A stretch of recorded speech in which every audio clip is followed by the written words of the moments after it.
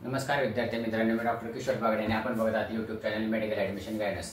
या चॅनलद्वारे medical admission संदर्भात लागणारी सर्व माहिती विद्यार्थी व पालक यांच्या गरजा लक्षात घेऊन वेळोवेळी प्रसारित केली जाते।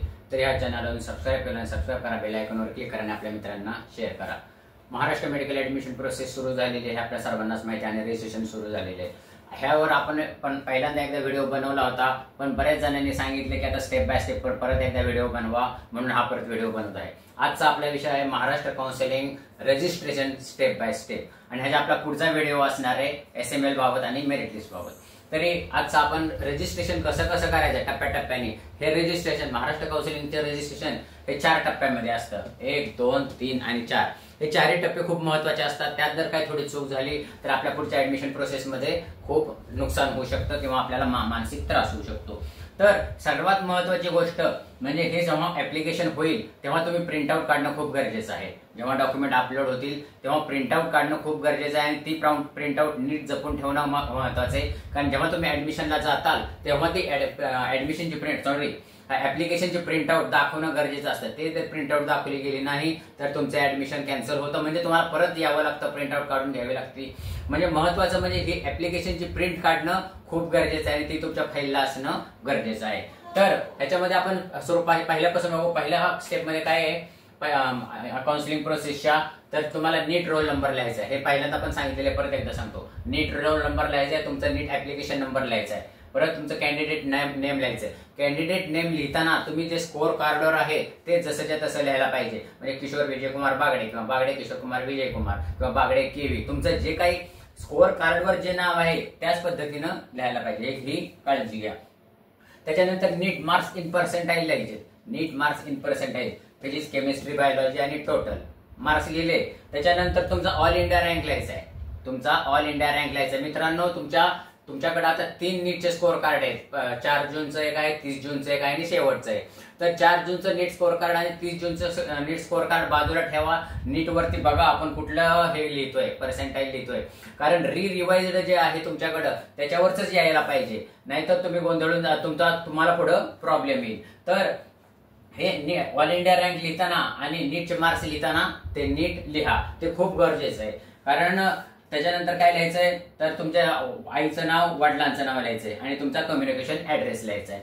त्याच्यानंतर एक सर्वात महत्त्वाची गोष्ट म्हणजे मोबाईल नंबर आणि ईमेल आयडी खूप महत्त्वाचा आहे। कारण मोबाईल नंबर आणि ईमेल आयडी वरच तुमचं सगळं कम्युनिकेशन होत असतं। कारण सीईटी सेल कडून तुम्हाला जे काही कम्युनिकेशन होणार आहे किंवा SMS येणार आहेत ते मोबाईल नंबरवर येणार आहेत आणि ईमेलवर येणार आहेत। तुमचा मोबाईल नंबर जर बंद झाला तर तुम्हाला अडचण येऊ शकतो। त्याच्यामुळे जो ऍक्टिव्हेट आहे आणि जो ऍक्टिव्हेट पुढे ठेवणार आहे तोच मोबाईल नंबर द्या, आणि विशेष म्हणजे तुमचा स्वतःचा द्या, इतरांचा कोणाचा देऊ नका। आधार कार्ड नंबर तुम्हाला माहितीच आहे, तो व्यवस्थित लिहायला पाहिजे आणि त्याच्यावर। आणि डेट ऑफ बर्थ आधार कार्डवर जी आहे, लिव्हिंग सर्टिफिकेटवर जी आहे तीच लिहायला पाहिजे। कोणाकोणाच्या ह्याच्यामध्ये आधार कार्डचे डेट ऑफ बर्थ आणि ह्याच्यावरची लिव्हिंग सर्टिफिकेटची डेट ऑफ बर्थ वेगवेगळी असती, तर त्याच्यासाठी तुम्हाला ऍफिडेविट करून घ्यायला पाहिजे, ते तहसील कार्यालयात जाऊन करून घेऊ शकता।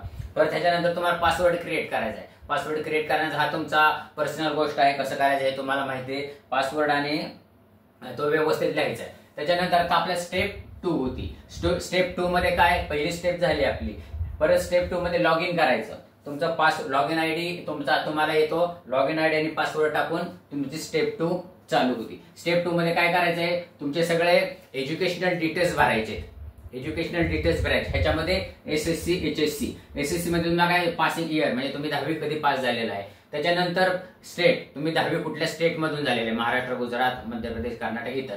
आणि महत्वाचं म्हणजे कुठल्या ह्याच्यातून झालेले, तुमची लँग्वेज कुठली 10वीला, म्हणजे मराठी, उर्दू, फारसी, वेगवेगळ्या लँग्वेजेस असतात तुमच्या, हिंदी। कारण ह्याचा उपयोग तुम्हाला कुठं होतो, लिंग्विस्टिक हे जे असतं मायनॉरिटी, हिंदी मायनॉरिटी किंवा गुजराती मायनॉरिटी, तर त्याच्यामध्ये तुम्हाला हे लँग्वेजचा उपयोग होतो। तुमच्या लिव्हिंग कार्डवर, लिव्हिंग सर्टिफिकेटवर 12वीच्या जे काय आहे ते लिहावं लागतं। त्याच्यानंतर येतं डाटा, 12वीचा डाटामध्ये तुम्हाला स्टेट, कुठल्या स्टेट मधून तुम्ही 12वी झालेले आहे, कुठल्या डिस्ट्रिक्ट मधून झालेले आहे ते लिहावं लागतं। इयर ऑफ पासिंग, 12वीचं इयर कुठलं पासिंग झालेलं आहे, HSCचा रोल नंबर आणि मार्क्स। HSCचा रोल नंबर व्यवस्थित लिहा, एक तरी डिजिट चुकला तर ते व्हेरिफिकेशन मध्ये प्रॉब्लेम येऊ शकतो। कारण हे तुम्ही जे काही डॉक्युमेंट अपलोड करणार आहे त्याचं ऑनलाईन व्हेरिफिकेशन होणार आहे। SSC रोल नंबर लिहिला, मार्क्स लिहिले। त्याच्यानंतर रिझर्वेशन लिहिताना खूप काळजीपूर्वक लिहा, हे मी ह्याच्या अगोदर पण सांगितलेलं आहे। निश्चित कुठलं रिझर्वेशन आहे तुमचं, VJ, NT1, NT2, NT3. कधी कधी काय होतं, NT1च्या ऐवजी NT2 होतं, NT2च्या ऐवजी NT3 होतं, OBC ऐवजी ओपन होतं, EWS ऐवजी SCBC होतं. आणि आपल्याकडे जे डॉक्युमेंट आहेत तेच रिझर्वेशन क्लिक करा. आणि जर समजा तुम्ही डॉक्युमेंट प्रोड्यूस करू शकले नाहीत तर तुमचा पहिला राऊंड कॅन्सल होऊ शकतो आणि तुमचं चांगलं हातातलं कॉलेज जाऊ शकतो आणि तुमच्या पुढच्या राऊंडला तुम्ही ओपन मध्ये जाता. त्याच्यामुळे तुमच्याकडे जे डॉक्युमेंट आहेत ते आणि तेच तुम्ही इथं रिझर्वेशन क्लिक करा. डॉक्युमेंट नसतील तर सरळ रिझर्वेशन घेऊ नका, कारण तुमचा पहिला राऊंड जाण्याची शक्यता असते. त्याच्यानंतर हे सगळं केलेलं आहे, तुम्हाला कन्फर्मेशन करावं लागतं. कन्फर्मेशन करून सेव्ह करावं लागतं आणि प्रिंट आउट करावं लागते. आणि इथं तुमचं सर कन्फर्मेशन आणि सेव्ह प्रिंट काढली हे तुम्ही परत चेक करायचं, कारण एकदा सबमिट केल्यानंतर तुम्हाला चेंज करण्याची मुभा नसती. नंतर जेव्हा काही प्रॉब्लेम येईल तेव्हा तुम्हाला CET सेल मुंबईला जाऊन तुम्हाला करता येतं, पण ते खूप लेंदी प्रोसेस आहे. तर इथं प्रिंट आउट काढून घ्यायची. ह्याच्यानंतर पेमेंट करायचे. तिसरी सेक्शन सुरू झाला, पेमेंट. पेमेंटचं सेक्शन खूप महत्वाचं आहे. मी सांगितलेलं आहे 1000 आणि 5000. 1000 हे 85% स्टेट कोट्यासाठी आहे आणि 5000 हे 15% मॅनेजमेंट कोट्यासाठी किंवा इन्स्टिट्यूशन कोट्यासाठी आहे. आणि पेमेंट सक्सेसफुलचं पण प्रिंट आउट काढून घ्यायचं, हे महत्वाचं आहे, कारण हे तुम्हाला दाखवावं लागतं. त्याच्यानंतर येतो चौथा मुद्दा येतो. त्याच्यामध्ये डॉक्युमेंट अपलोडिंग करायचं असतंय. डॉक्युमेंट अपलोडिंग मध्ये तुम्हाला सगळे सांगितलेले की डॉक्युमेंट अपलोडिंग कशा करायचे. सर्वात महत्वाचं म्हणजे तुम्ही EWS सर्टिफिकेट अपलोड करताना व्यवस्थित अपलोड करा. तुमचं स्टेटचं आहे का सेंटरचं आहे, कारण तुम्ही एक अपलोड केलं एक हे झालं तर मग तुम्हाला अडचण येऊ शकते. त्याचप्रमाणे 12वीचं लिव्हिंग सर्टिफिकेट पण करायचं. आणि सर्वात महत्वाचं म्हणजे नीट स्कोर कार्ड करताना तुम्ही नीट अपलोड करा. रिवाइज नीट स्कोर कार्ड अपलोड करा.